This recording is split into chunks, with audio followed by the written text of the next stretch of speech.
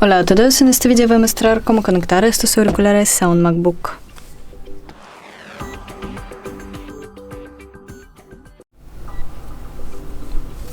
Abrimos la configuración de Bluetooth.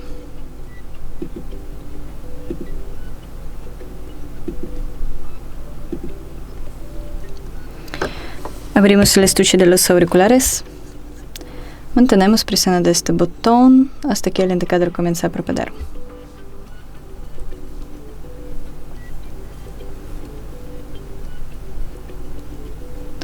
Y seleccionamos los auriculares en la lista de dispositivos disponibles. Eso es todo, gracias por ver, denle like y suscríbanse a nuestro canal. Adiós.